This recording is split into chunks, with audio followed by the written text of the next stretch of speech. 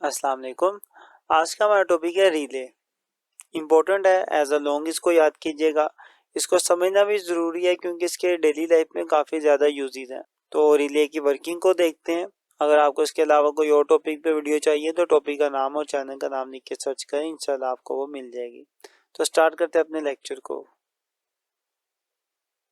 ये है हमारे पास हमारा रिले। पहले इसके स्ट्रक्चर को समझते हैं, फिर हम इसकी रियल लाइफ में एक प्रैक्टिकल एग्जांपल लेके इसकी वर्किंग को समझेंगे।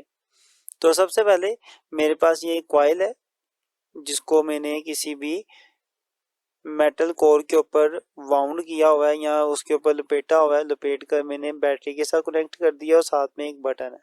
क्लियर। अब इसके ऊपर क्या मौजूद है, इसके ऊपर ये दो स्ट्रिप्स मौजूद है जो कि पीछे से कनेक्टेड है और आगे से ये नहीं कनेक्ट। इसके नीचे भी एक स्ट्रिप लगी हुई है, ये वाली। क्लियर।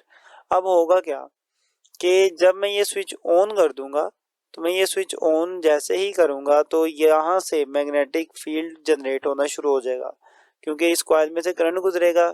जब भी करंट गुजरता है तो वो एक मैग्नेट बन जाती है कॉइल। तो इस कॉइल में से करंट गुजरने की वजह से ये कॉइल क्या बन जाएगी, एक मैग्नेट बन जाएगी। जैसे ये कॉइल मैग्नेट बनेगी तो ये क्या करेगी, ये स्ट्रिप को अपनी तरफ अट्रैक्ट कर लेगी, तो ये स्ट्रिप इसकी तरफ चले जाएगी कुछ इस तरीके से। और आप देख सकते हैं स्ट्रिप जैसे इसकी तरफ गई है अटैच होगी। इसने ऊपर से इस वाली स्ट्रिप को उठाया और इसके साथ ऊपर वाली के साथ जोड़ दिया। ये तो जुड़ गया आपस में, लेकिन पीछे से जो कनेक्शन था इनका वो खत्म हो गया। पहले ये यहाँ से कनेक्टेड थे, अब ये नहीं कनेक्ट। और एक बात का ख्याल रखिएगा कि ये दोनों जो स्ट्रिप्स है ना, यहाँ से भी कनेक्ट नहीं है। ये जो बीच में इनके लगा हुआ है ना, ये एक इंसुलेटर है जो इनको अलग अलग करके रखेगा, जोड़ेगा नहीं। पीछे से ये दोनों मेटल के थे लेकिन पहले जुड़े थे, अब ये नहीं जुड़े हुए। तो आपको एक बात समझ आई कि ये स्विच ऑन करने पर पीछे से इनका कनेक्शन क्या हो गया, खत्म हो गया। तो बेसिकली हम रिले की मदद से काम भी यही करते हैं कि एक छोटे सर्किट की मदद से कोई बड़ा सर्किट कंट्रोल करते हैं। अब इसकी एक प्रैक्टिकल लाइफ में मैं आपको एग्जांपल देता हूँ। सबसे पहले अपने रिले स्विच को दोबारा से नॉर्मल पोजीशन पे ले आते हैं और एक प्रैक्टिकल एग्जांपल से इसको समझते हैं कि ये काम कैसे करता है। मेरे पास एक स्ट्रीट लाइट है जो रात को चलती है।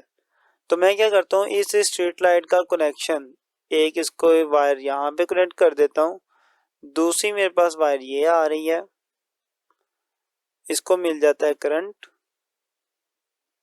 यहाँ से कोई भी एसी करंट दे दिया हमने और यहाँ से जो दूसरी वायर है वो भी इसको मिल रही है और मेरा बल्ब चल रहा है। सिंपल सी बात है कि यहाँ से करंट फ्लो करेगा, इधर से मूव करता हुआ आगे चला जाएगा। यहाँ से मूव करेगा क्योंकि ये भी कनेक्ट है। तो जब तक कनेक्ट है यहाँ से करंट मूव करके आगे जाएगा और देन फाइनली मेरा बल्ब चलता रहेगा। लेकिन ये बल्ब है रात को चलने वाला। मैं ये चाहता हूँ कि ये ऑटोमेटिकली रात को ऑन हो जाए और दिन के वक्त ये ऑटोमेटिकली ऑफ हो जाए। अब इस काम के लिए हम क्या करेंगे, हम कुछ यूं करेंगे कि आपको इस रिले के अंदर ये जो स्विच नजर आ रहा है, मैं इस स्विच के अंदर मैं इस स्विच की जगह पे लगा देता हूँ LDR। LDR की फुल फॉर्म है लाइट डिटेक्टिंग रेजिस्टेंस। इस LDR को हमने बर्गुलर अलार्म के अंदर भी डिस्कस किया हुआ है। बेसिकली जब इसके ऊपर लाइट पड़ती है तो इसकी रेजिस्टेंस कम हो जाती है। ओके, तो दिन के वक्त क्या होगा कि LDR के ऊपर सूरज की रोशनी पड़ रही होगी, इसकी रेजिस्टेंस हो जाएगी कम। रेजिस्टेंस कम होने की वजह से इन बैटरियों के अंदर से जो करंट है वो फ्लो करेगा और फ्लो करके इस कॉइल के अंदर चला जाएगा। जब करंट इस कॉइल में से फ्लो करेगा तो ये कॉइल मैग्नेट बन जाएगी और जैसे ही ये कॉइल मैग्नेट बनेगी तो ये क्या करेगी, इस स्ट्रिप को अपनी तरफ अट्रैक्ट कर लेगी। इस तरीके से ये स्ट्रिप हो जाएगी अट्रैक्ट। जैसे ही ये स्ट्रिप अट्रैक्ट होगी, आप देख सकते हैं कि पीछे से कनेक्शन भी इनका डिस्कनेक्ट हो जाएगा। पहले ये कनेक्टेड थे, अब ये डिस्कनेक्ट हो जाएंगे। अब ये डिस्कनेक्ट है तो करंट आगे जाएगा नहीं, करंट आगे जाएगा नहीं तो ये बल्ब भी हमारा नहीं चलेगा। तो देखा, दिन के वक्त जैसे ही रोशनी बढ़ेगी LDR पर, मेरा ये वाला सर्किट ऑन हो जाएगा। इस सर्किट के ऑन होने की वजह से ये वाला सर्किट ऑफ हो गया और मेरा जो बल्ब है ये भी ऑफ हो जाएगा। अब जैसे ही रात होगी तो ये जो लाइट पड़ रही थी LDR पर, ये पड़ना बंद हो जाएगी, जिस वजह से इसकी रेजिस्टेंस हो जाएगी ज़्यादा। रेजिस्टेंस ज़्यादा होने की वजह से करंट आगे मूव नहीं करेगा। जब करंट ही मूव नहीं करेगा तो इस पूरी कॉइल के अंदर कोई मैग्नेटिक फील्ड जनरेट नहीं होगा। मैग्नेटिक फील्ड जनरेट नहीं होगा तो वो इस कॉइल को, इस स्ट्रिप को अट्रैक्ट भी नहीं करेंगे। तो जब इसको अट्रैक्ट नहीं करेंगे तो ये स्ट्रिप दोबारा अपनी पहले वाली पोजीशन पे चली जाएगी, कुछ इस तरीके से।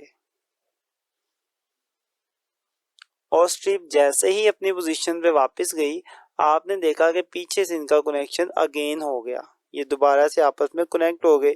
और ये जैसे ही कनेक्ट होंगे करंट अगेन इसमें से फ्लो करेगा और फ्लो करने की वजह से ये बल्ब चलना स्टार्ट हो जाएगा।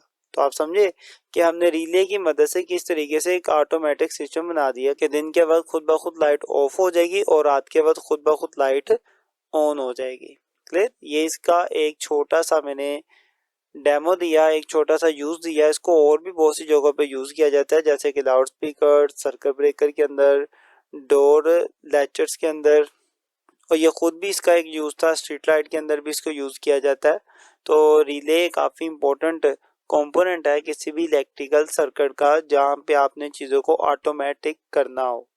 मैं उम्मीद करता हूँ कि आपको इस रिले की समझ आई होगी।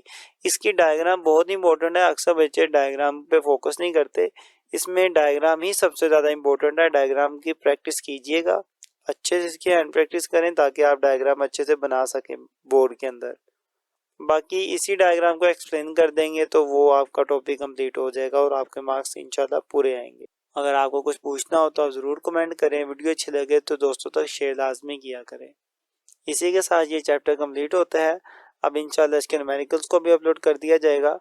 मिलते हैं इंशाल्लाह नेक्स्ट वीडियो में, तब तक के लिए अल्लाह हाफिज़।